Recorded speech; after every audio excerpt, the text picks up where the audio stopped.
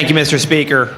I just wanted to thank the members of the House for the unanimous adoption of Resolution 761 that makes May ALS or Lou Gehrig's Awareness Month. I want to thank the folks from the ALS Association who are here, which were introduced earlier by the Speaker, and specifically Sarah and Dylan Brendel, who are also here, know that they're advocating on behalf of ALS services. As many of you know, this disease has a personal history with myself and my family. It is unfortunately a neurological disease that is terminal, and many of you might remember that my parents, at the time of their diagnosis in the mid to late 90s, were actually only the second couple who were alive at that time with both having Lou Gehrig's disease and one of the history of the world. They were one of 8 couples.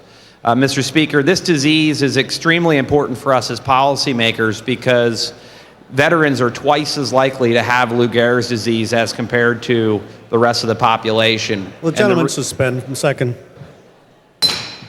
Would appreciate if the members would hold the conversations down, please. Kindly just hold the conversations down. Thank you. The gentleman, Mr. Cutler, may proceed. Thank you, Mr. Speaker.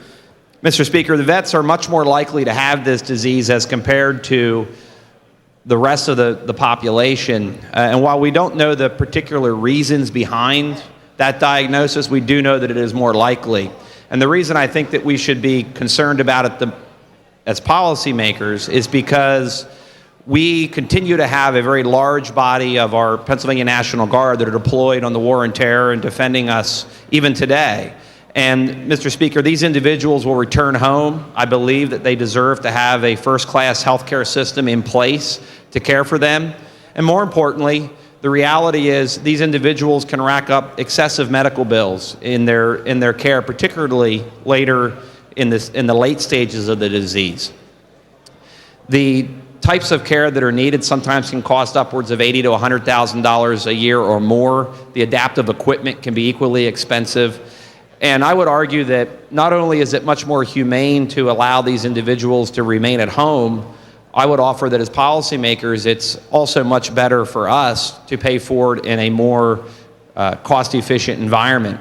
Be able to care for these individuals at home, keep them out of long-term care facilities that might only pay at Medicaid rates, and more importantly, keep these individuals with their families. I was blessed during the time that my parents were ill because we had a robust family network, a robust community network, and a robust faith network that was able to support my sister and I as we worked through the issues that were associated with caring for a terminally ill patient, which happened to be our parents.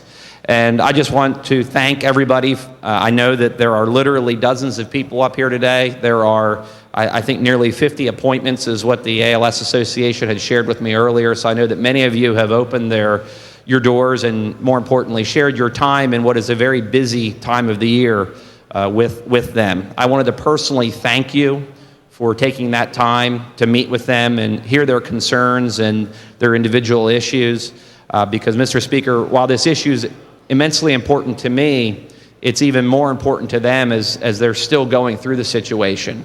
And I just want to thank all of you as my friends and my colleagues for taking that time to meet with them and to hear their concerns. And please know that by making time for them and their issues and their concerns, I personally feel that you've all made time for me as well. And it makes me feel very good to know that I have friends such as all of you who care about all of these issues and patients that still are in the Commonwealth, and more importantly, we can put a strong foundation in place as we go forward for not just the patients who we have today, but the patients that we know we will have in the future, and then in the hopes that someday there will no longer be ALS. Thank you, Mr. Speaker.